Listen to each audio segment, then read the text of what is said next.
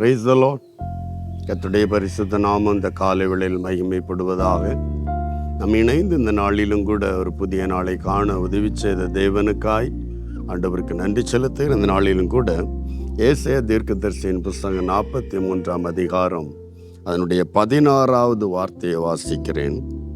சமுத்திரத்திலே வழியையும் வலிய தண்ணீர்களிலே பாதையையும் உண்டாக்குகிறவர். சமுத்திரத்தில் வழியை உண்டாக்குகிறவர். வலிய தண்ணீர், ஏரி போன்ற நம்மை கடக்க முடியாத தண்ணீர்லையும் பாதைகளை இந்த காலை வேளையில் எதிர்காலத்தில் உனக்கு முன்பாக எல்லாம் அடைக்கப்பட்டது போல இஸ்ரவேல் ஜனங்களுக்கு செங்கடல் எதிராய் நின்றது போல பல நேரங்களில் நம்முடைய வாழ்க்கையில் இது என்னமாய் முடியுமோ என்று ஒரு அங்கலாய்ப்பு. ஆனால் கர்த்தர் சொல்லுகிற ஒரு வார்த்தை, சமுத்திரம் போன்ற தண்ணீர் தடையாய் நின்றாலும், சமுத்திரம் போன்ற வலிய தண்ணீர்கள் நடுவில் சிக்கி கொண்டாலும் அதில் ஒரு பாதையை, அதில் ஒரு வழியை பரலோகம் உண்டாக்க வல்லமையுள்ள தேவன். செங்கடலை 2ஆய் பிரித்தவருக்கு, யோர்தானை 2ஆய் மலை போல குவிய நிற்க வைத்த தேவனுக்கு நம்முடைய வாழ்க்கையில் முன்பாக இருக்கிற இந்த தண்ணீர் போன்ற இந்த தடைகள், வலிய தண்ணீர்களை போன்று நம்மை பிரமிக்க வைக்கிற விஷயங்கள் ஆண்டவருக்கு லேசான காரியம். இந்த காலை வேளையில சமுத்திரம் போன்ற நமக்கு முன்பாய் பரவி கிடைக்கிற கண்ணு கட்டாத தூரம் வரையிலும் மார்க்கம் ஒன்றுமில்லை, ஆனால் மார்க்கங்களை உண்டாக்குகிற சர்வ வல்லவர் நம்மோடு இருக்கிற இந்த கால வேளையில எந்தெந்த விஷயங்களை குறித்து கலங்கி தவித்து என்ன செய்வேன் என்று அங்கலாய்த்திட்டு இருக்கிறோம், அந்த நேரத்தில் தான் ஆண்டவர் இந்த வார்த்தையை நமக்கு தருகிறார். சமுத்திரத்தின் நடுவில் வழியை உண்டாக்கினவர் உன்னுடைய வாழ்வில் உண்டாக்க வல்லமை. வெறுமையாயல்ல, ஏற்கனவே நமக்கு முன்பு சாட்சிகள் நின்று கொண்டு இருக்கிறதே.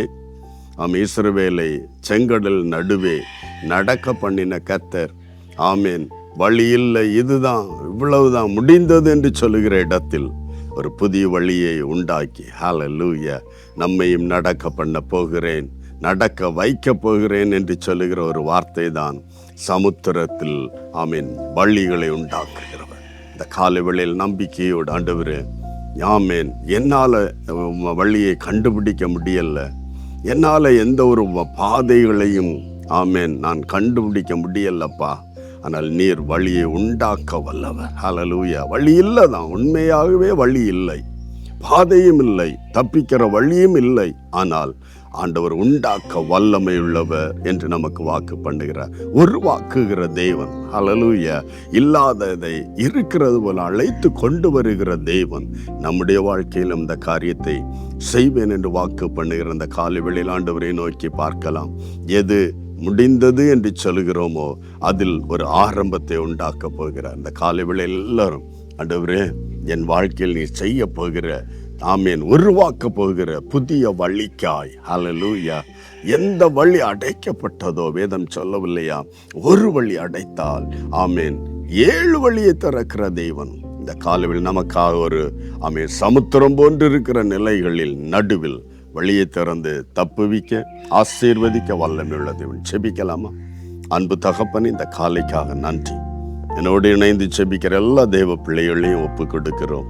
ஆண்டவரே, என்ன செய்வது, எது செய்வது, ஆண்டவரே, வழி இல்லை, எல்லா வழிகளும் அடைந்து போனது என்ற நிலையில் கலங்கி கொண்டிருக்கலாம். இந்த காலை வேளையில் பரிசுத்த தேவம் ஆண்டவரே எங்களுக்கு தந்திருக்கிற அந்த வார்த்தையின்படியே சமுத்திரத்தின் நடுவில் வழியை உண்டாக்கி நம்முடைய பிள்ளைகளை தப்புவித்த தேவன் இன்றைக்கும் இந்த ஜெபித்து கொண்டிருக்க எல்லா தேவ பிள்ளைகளுடைய வாழ்க்கையின் முன்பாக ஒரு புது வழியை திறந்து இல்லாதிருக்கிற வழியை உருவாக்கி அற்புதங்களை செய்ய இன்றைக்கும் நீர் உயிரோடு இருப்பதற்காக நன்றி.